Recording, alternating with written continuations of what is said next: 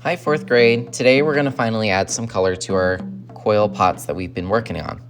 They just came back from the kiln. I just want to let you know some of the pieces fell off if you did not slip and score. If something was too thin, the oven might have broken it because it got too hot and just fell off. So let's talk about the steps of clay. So clay is found and filtered. We obviously created our work of art, and this year y'all did clay coil pots. It had to dry until it was bone dry before it could go into the kiln. So remember, the kiln is the oven that we have at school that goes up to 2,000 degrees. The traditions for coil pottery in the Southwest go back for many centuries. The Pueblo people lived in the Colorado Plateau, an area geographically rich in fine marine clays. They developed a tradition for gray and white pottery, but then they started adding these warm colors, and they were known for how smooth their pottery was. This project is that coil pottery has a lot to do with culture. Oftentimes, humans create out of what's around them. So for instance, the Aztec people found gold under their ground, so they used a lot of gold. Native American and indigenous cultures all over the world found clay, and thus they made clay pottery. Your pottery could be special to you. It could be something that is a gift for someone. You might want to use it for an actual purpose, or maybe it's just for decoration. If you did not get yours back today, in a moment, I'm going to have you guys come around, pick up yours. Remember, it has your initials on it. If there is something that has fallen off it or it's broken, just understand that I can't go back and fix it. I can give you model magic and you can try recreating it. Make a little pancake and then roll some coils and create your own today in model magic. You'll be getting these back in a moment.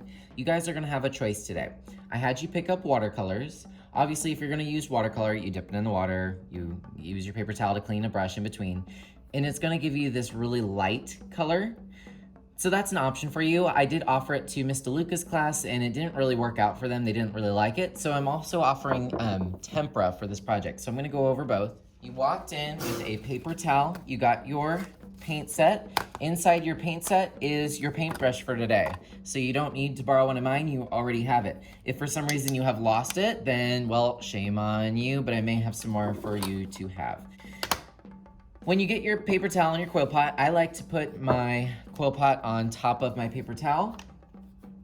If you plan on using watercolor, really not that hard, dip into the water, let it drip, get your color, and put it on. But like I said, it dries really quickly. It dries actually super light. As you can see, it's turning into like this like tealish blue-green. So it's up to you if you want to use watercolor. If you're going to use tempera, it's very similar, but you don't need to add water. You'll only need to use water if you're going to switch colors. If you'd like to use tempera, just come on over to the counter in a moment and we'll get you started. We're gonna get everyone's art piece back, and I will give you one of these. So this is for your tempera. You're gonna tell me 3 colors that you wanna start with, and then you have to use them all up before you can get some more. So maybe for mine, I wanna do a color scheme of red, orange, and yellow. Of 3 colors that you want to start with for today, or maybe it's going to be all one color. Go ahead and talk to a friend. What colors do you think you'll choose? I will leave these out just in case you need some more. You just pick it up, give it a little shake, open the lid. Please make sure you use the green arrows. I would hate for this to turn into mustard and ketchup on someone's shirt. Gross. If you're going to use the tempera paint, you probably want to start with a dry brush. You don't need water to make the tempera work. Remember, it's really only for cleaning the brush. Now, if you're using watercolor, absolutely add water to your paint. But if you're gonna use tempera, you don't need it. Have fun, and don't forget to clean your brush if you're using tempera. Just put it in the water, give it a little wash, and then, of course, use your paper towel. Or not, maybe you can mix the colors together like I'm doing and make an ombre. Okay, so here's a little teachable moment, too.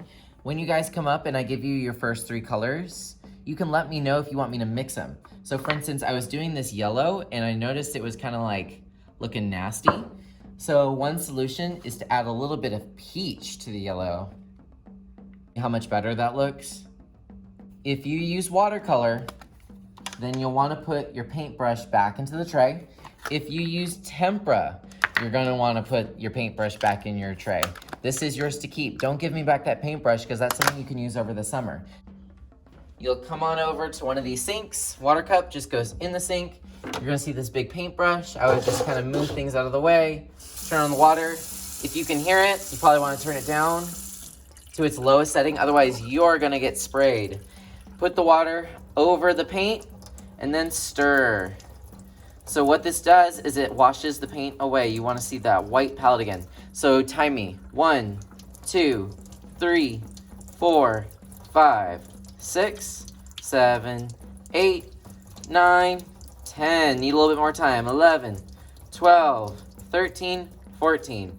All right, it took me less than about 15 seconds. I still got some ickies, but it should not take you the whole time to clean up your paint palette. Once you are done, just give it a little tap. You can put the big paintbrush right where you found. Nearby, you'll see my little dishwasher rack. Just put it in one of the slots so I can let it dry for the next class.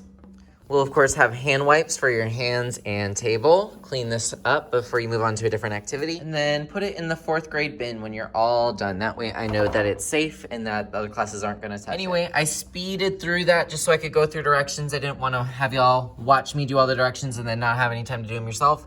So I bet you guys can make this way better. Have fun, take your time. It's your choice, watercolor or tempera. I go with tempera, but maybe you want something a little bit more muted in color. It's up to you. Have fun and don't waste my paint.